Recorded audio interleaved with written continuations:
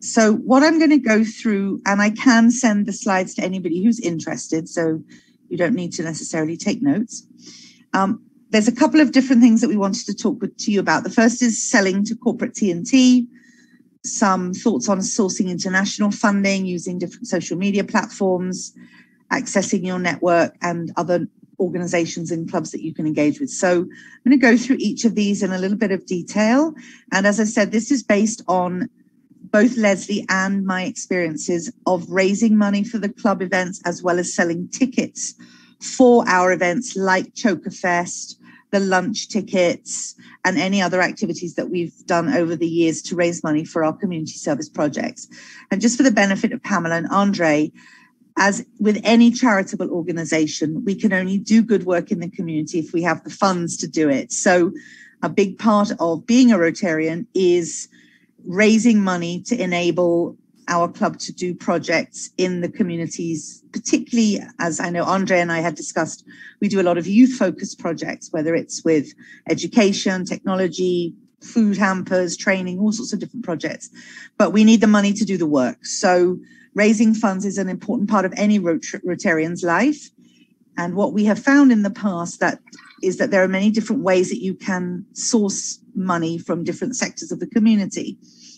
And one thing I would also say is that even with COVID, raising funds has actually not, I have found, not been that difficult.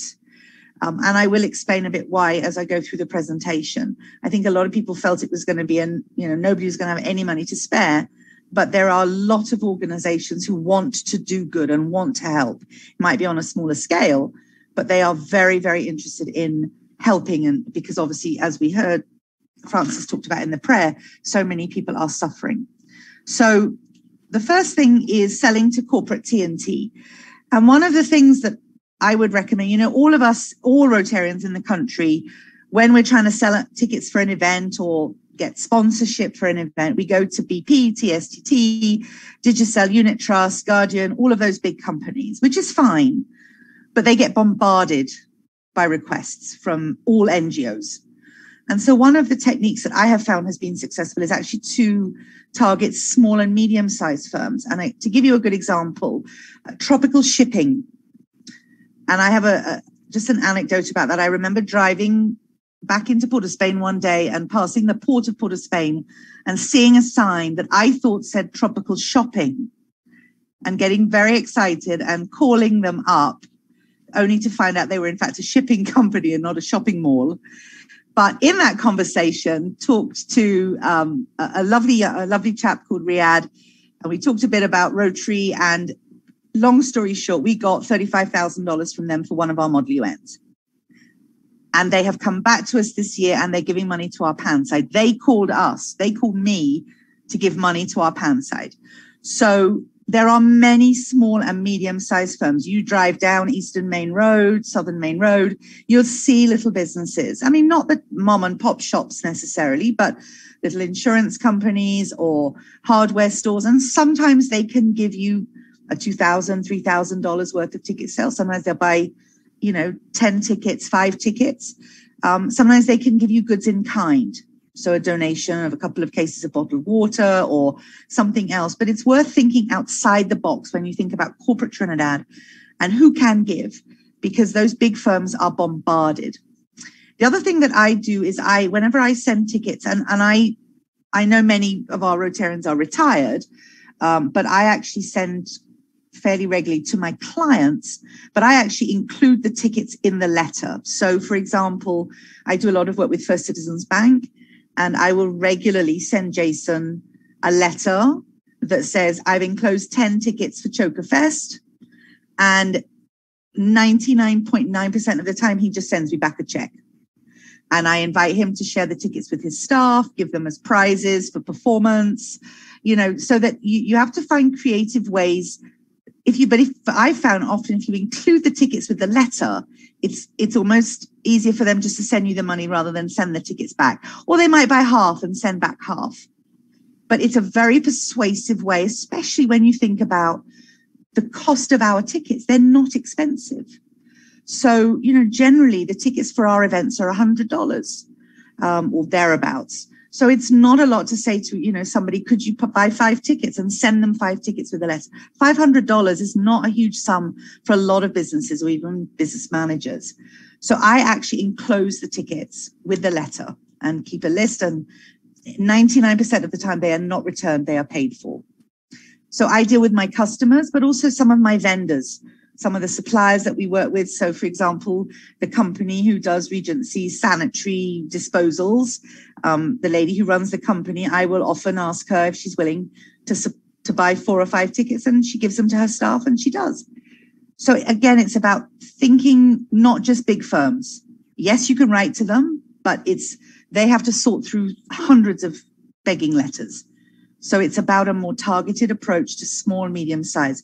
And the other thing that we often have to do with our corporate sponsors and partners is offer branding opportunities. So I will talk in a moment a bit about our calendar project, which is coming up. But very often, and we know this from the Model UN particularly, the more money a company gives, a corporate sponsor, or in fact any funding agency, the more public relations, public image they want from the Rotary Club. They want their brand on your flags and banners and T-shirts and bags, on the product itself, of course, on your social media page. And luckily, we have the ability to do that. It's not a problem for us to do that. So you can also sweeten the pot, as it were, with offering branding opportunities for large donations. So if a company is willing to put $15,000, $20,000 into our pan site in Beatham Gardens, then we can give them a branding opportunity on, as I say, on the pans, on the T-shirts and so on.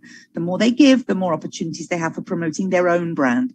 And that's very appealing to a lot of corporate firms because they don't have to do the work. We'll do it for them, and they get mileage as well as Rotary. So it's really thinking about, as you do in sales, those of us that run our own businesses know, what's in it for the customer? Why should they give us money as opposed to any other club, NGO, CBO? And very often branding and giving them mileage is a key sales point. It's a unique selling proposition. So then we come to talk a little bit about international funding. And as you know, some of you, we've had a lot of success with our Model UN applying for international funding. And one of the, so basically what's come out of that is I just Googled international foundations, and there are hundreds. There are lists. They're rated, they're ranked. They all have websites now. They all have online application forms. So it does take a little bit of time and a little bit of work to do the research, but the information is out there. And as a result of doing that research, we have received funds from the Commonwealth Foundation, the UNDP, a number of other different, for example, I don't know how many of you know, but the round, oh God, what's it called? The round table of insurance agents. Jerry will know that the $1 million table or whatever it's called of MDRT, $1 million round table of insurance sales agents. They have a right, MDRT. They have a foundation and we got money from them. Right? Who knew? Global foundation from insurance. I mean, you don't get much out of your insurance firm. So at least we managed to get a bit of funding for our Model UN.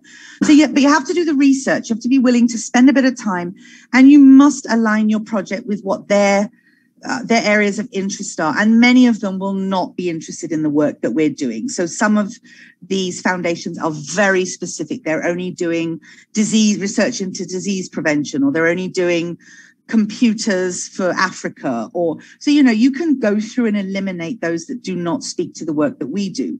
But many of them do. They talk a lot about empowering young people, reducing poverty, maternal and child health, all of those things that are our areas of focus, as well as, of course, of the SDGs. The key thing in applying for international funding for a project is talking in the language of the donor. And so you have to take their language and then turn your project into their speak, because they are going to be looking for keywords. And I will always remember the Commonwealth Foundation experience. We applied for funding a few years ago now, and out of the blue, I never heard anything back from them. And out of the blue, a check for £10,000 appeared. So that's 100,000 TT dollars, give or take, for a project. I think it was for Mune. And I sent them the copy of the video we had done, and I sent them a hat and a t-shirt and the whole shebang, a final report. But what's important with international funding, so at the front end, you have to speak their language, make sure your project is aligned with their areas of interest. And then at the end, or even sometimes during the project, you have to have really robust reporting and stewardship mechanisms. So, for example, whether we got money from the UNDP for the Model UN project, we had to open a separate bank account, which, as you know, is a nightmare in this country. But it was absolutely mandatory that we keep their funds separate from any other funds that we have in the club. So you have to know going in and ask the questions, what are the reporting and stewardship requirements? Because they can be quite onerous. So you have to make sure that you have the resources on your team that can actually do that work. And audited financials are essential. This is why we've been pushing and appreciation to Rabindra and Lennox and Gail and everybody else who's worked on this over the years. But for most of these international foundations, you cannot even begin to apply without audited financials. So these are an essential element of part of the stewardship and meeting the criteria to even be considered for funding. Then I want to talk a bit about using social media. I know not everybody's on it, but we're very lucky. We have a fantastic PI chair at the moment who is cooking with gas on our social media. But as you know, in the past few years, Facebook, Instagram, TikTok, website, all of these things have become an absolutely essential part of communicating your, not just your message, but promoting your events and projects. So one of the things that we do quite regularly now is we create flyers. I use Canva. And as you know, I did a brief training program with you on that. They're so easy to do. Takes 15, 20 minutes once you get accustomed to it. And then I typically would send it to Kimberly and she would post it out on our various platforms. I also post it on my own Facebook page. Sometimes Paddy will post them on the district Facebook page.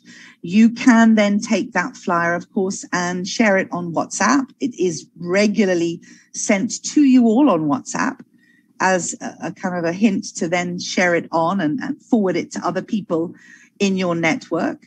You can also create an event on Facebook and invite people to attend so that it's not just actually posting a static flyer or image, but actually engaging with people on social media to talk about Rotary, what the project's all about, what are we raising the money for, how can they get involved. Some people may just want to volunteer. They may not actually be able to give you any money, but they'd like to volunteer at the event, which is, of course, a great way to engage people and recruit new Rotarians. So it's about getting the word out to the wider community, and social media is by far the most effective platform for doing that. And I'm happy to share with you that our club has been doing that successfully for quite some time, but we could always do more. There are enough members of this club on social media who do not ever share any of our events or flyers that should and could do more. So I would encourage you, please, if you have a Facebook page, you're on Instagram or any of those platforms, Twitter, to please promote our events, whether it's Choker Fest, whether it's the Beauty of Beatham project, to actually get the word out to your community and your network about the events that we're having. And the flyers, if you have any event that you want a flyer for, just let me know. They're not difficult to do and I could very quickly and easily do them for you. So social media is essential. And also what I have found has worked very well for me is sending emails. So again, Beauty of Beatham is our current fundraising project. And I sent an email. I worked on it over the weekend to about 50 or so different contacts that I have, friends, clients, people I know through various different groups. I'm on a number of boards. I sent them to some of the people on boards. Not everybody. You have to be selective. People you know would be open to receiving it and you're not just spamming. And I would send a personal letter, although of course it's the same letter for everybody, but personalized it for their company and attach the flyer. And in that communique, I would sort of highlight the fact that it's not an expensive product, what projects it supports, and that, the desk calendar is, of course, what I'm promoting at the moment, and that they can put it in their home office. So that to try and really soften the sell.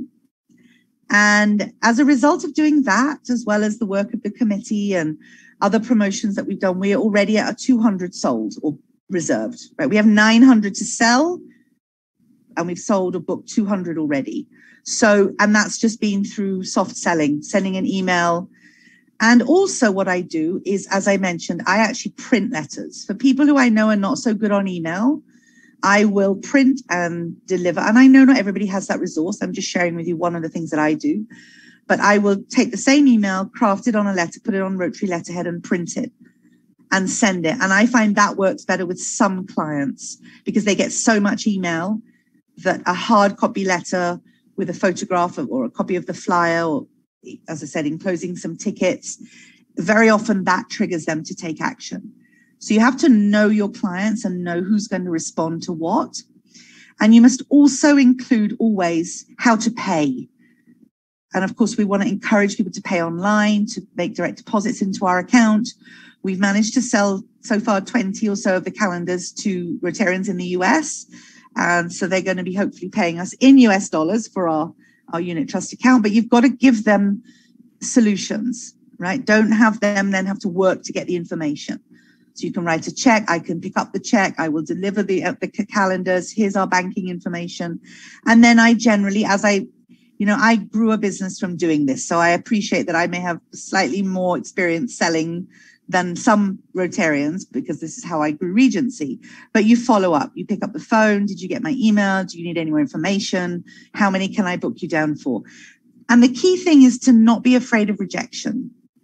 The worst thing somebody would tell you is, no, I don't want any. Leave me alone. Okay, thanks very much. Next. You have to be confident in the product. You know that what we're selling is good. It's for a good purpose. So you can't be afraid of people saying no, or, it's really important to believe in what you're selling, as is true of any part of your professional life. But this work is so important that if you're not really trying and putting some effort in selling, and you're just saying, oh, well, I'm just going to sell 5 tickets or 2 tickets.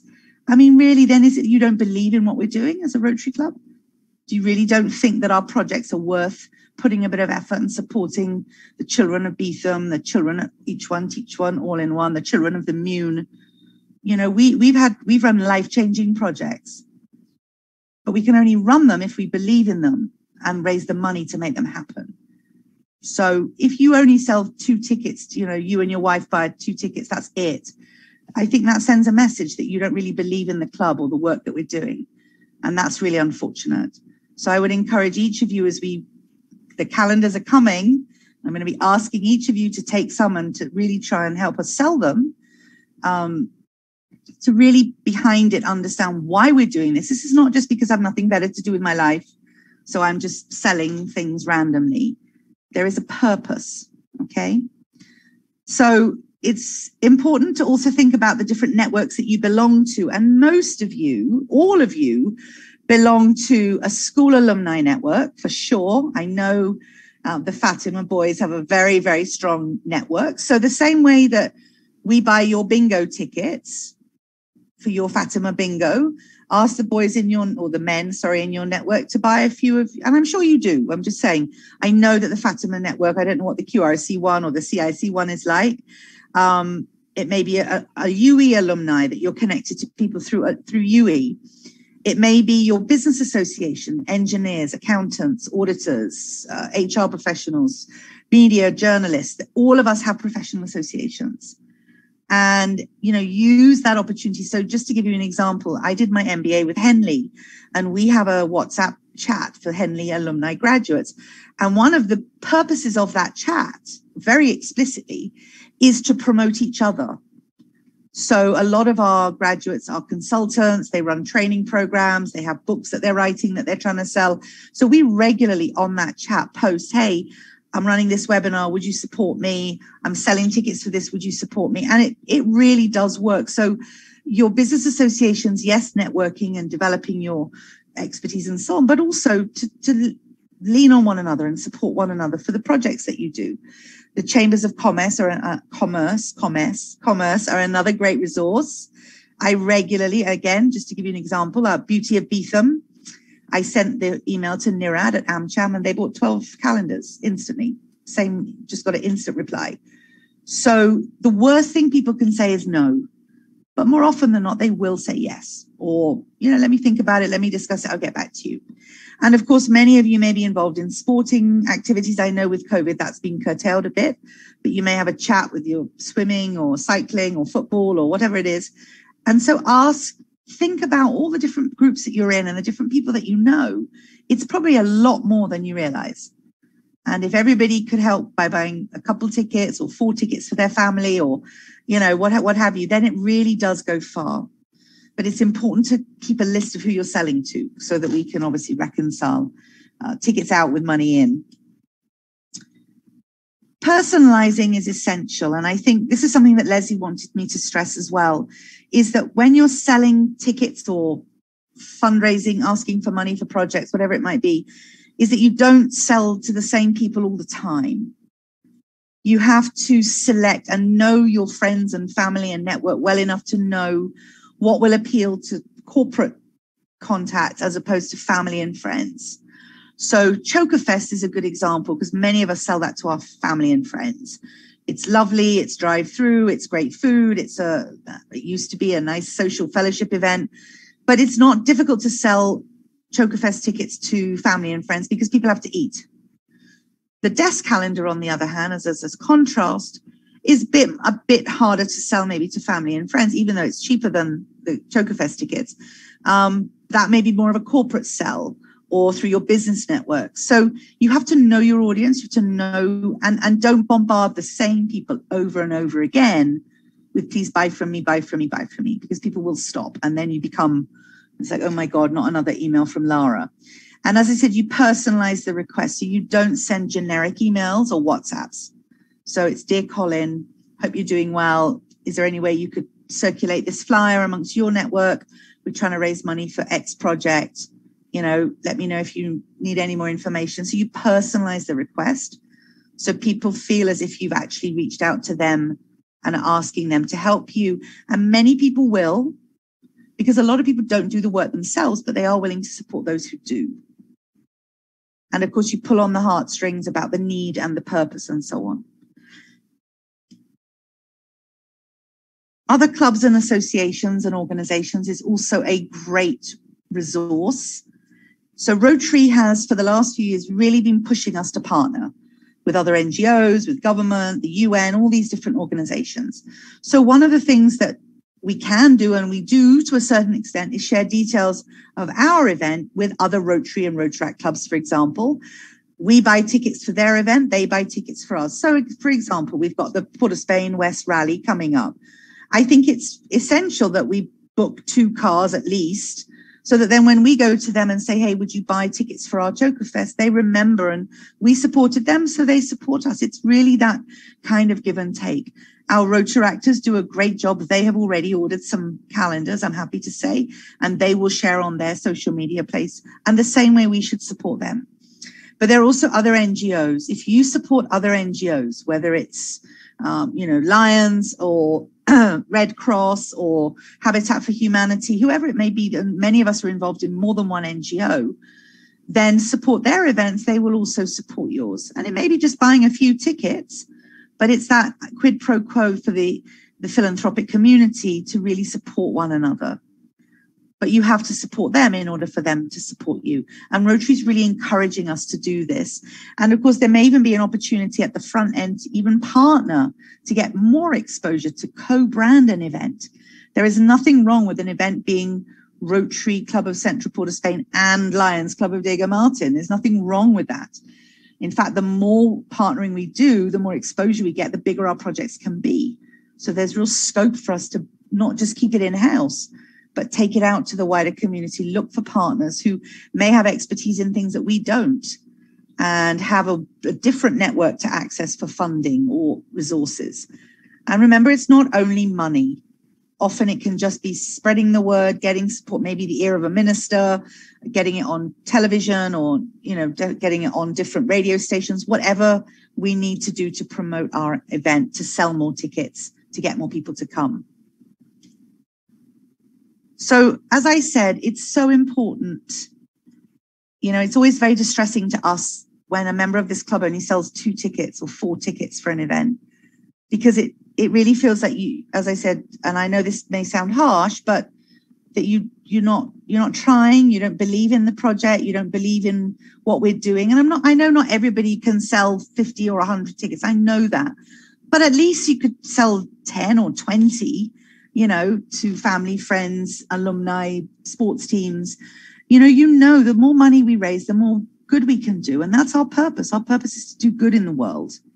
We're here to help the communities that need help. You've seen the impact that we've had.